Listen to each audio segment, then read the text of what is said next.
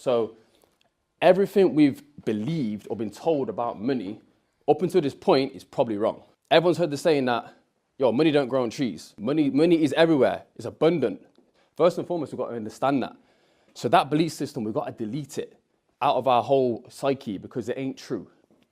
We need to understand that building wealth and riches is a completely spiritual thing. It's a spiritual experience. It's a spiritual outcome.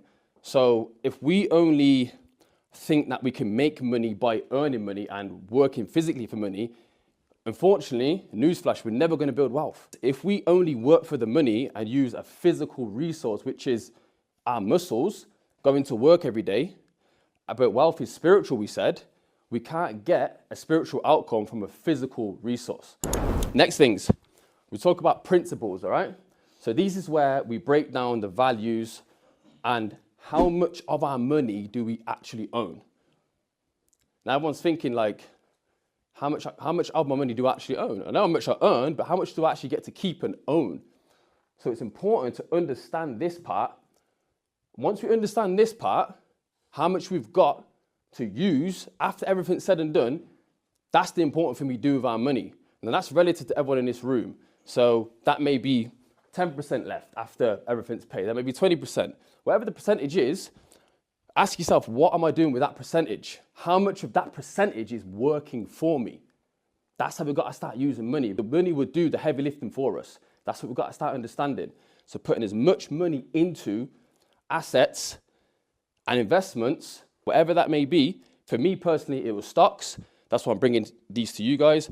But it's understanding how much of our money do we actually own, and it's important what we do with that piece of that money, okay? So this is the ROIC, meaning return on invested capital. So following on what we just said, think of the last time you spent some money or put some money out somewhere, what return did it get you? Think about that. I don't want you to say it out loud, just think about that. When you last deployed some money of your hard-earned money you went out to work for, how much of that money went and worked for you and brought back more money? Think about that, okay? So like I said, execution, we're going to get to that because that's the most important part, because we could talk about mindset all day. I'm not going to bat a mindset to you because I ain't a preacher.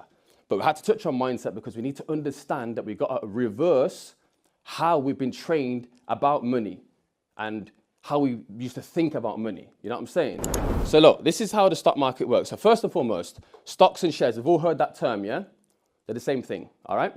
So the stock is just the company. The shares is what we get to own, okay? We own pieces of shares. Right, yeah, this is the company, yeah? Broken into segments. Main things that we need to build wealth, okay? First is equity. Next is cash flow. Equity is just this. You're an owner. That's what it is. Simple as that. Nothing more in depth. If you've got equity, you're an owner, okay? And the beautiful thing about the stock market, as soon as you buy just one of these, just a share, you're a part owner of that business. You don't own stocks and shares, you own a piece of a business. If you buy Apple, one share, you own a piece of Apple. The more shares you get, the more ownership you have. The more ownership you have, the more say you have. Your pension, every month you pay in, directly, it gets invested into the stock market without you even knowing. If you don't look into it, you won't know this stuff. This is what I found out, okay? So my pension at my old jobs was getting paid into the stock market. I was participating. So that's why if you put a certain amount in your pension and you get to the age of 65, it may be more than you expected or less than expected. Because it's tied directly into the stock market. So why I say milk your 9 to 5, because the 9 to 5 is an amazing tool to use. Because one, it's guaranteed income, which is fixed and you know the amount. So then you can set aside the certain amount you want to put in to your investments. Next thing, number 2, start with what you know.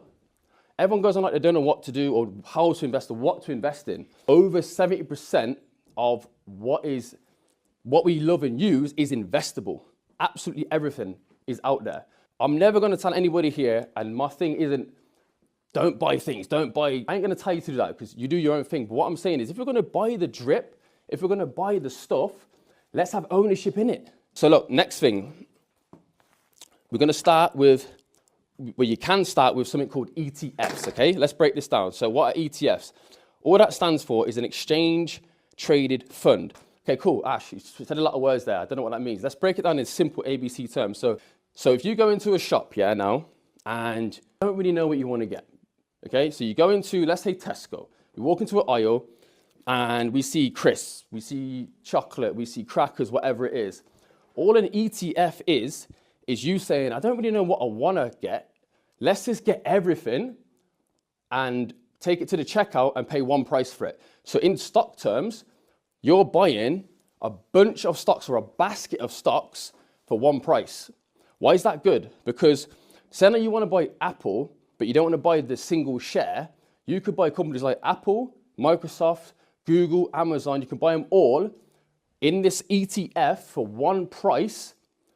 And what that does, it limits your risk. So when stocks go up and down, you don't lose as much money because you brought the whole basket rather than just the individual one. All right? So this is why I'm exposing you to it, to make sure that you understand that keeping money moving is the key, because money is the real muscle. Not going to work. I ain't saying quit your job or nothing. I'm saying that go do the job. Understand that, okay, I'm getting my paycheck. I'm paying myself first to go buy some of these. That's how you get where you got to go, is buying investments and assets to keep your money moving. There's a question you got to ask yourself. Do you really want to build wealth? Because I'll be honest, wealth it's a strategy. You can't freestyle it. You got to be diligent. It says in the Bible. Now, I'm not the most religious person. I don't read the Bible every day, but it says diligent hands build wealth. What's diligent? Diligent, hardworking, methodical. You've got to really plan and work towards it and be disciplined towards what you're trying to do. So easy, simple formula. It's ABC, but it works. You have to save more than you spend. Once you establish this, you have to invest more than you save. You have to. If you don't do this part, like we said at the start, you can't build wealth, okay? No matter how hard you try. Can't work your way there, can't save your way there. And if you, the worst thing, I was having this conversation today, the worst thing would be, and it sounds counterintuitive, but getting inheritance without this knowledge is probably the worst thing you can have. Because all you're going to do, that one. That's all you're going to do. I've got the money, I ain't going to go do the education, do my thing, I'm just going to go ball out. Next minute, money gone. This is why it's important. We establish the basics, the fundamentals first. Start getting that moving.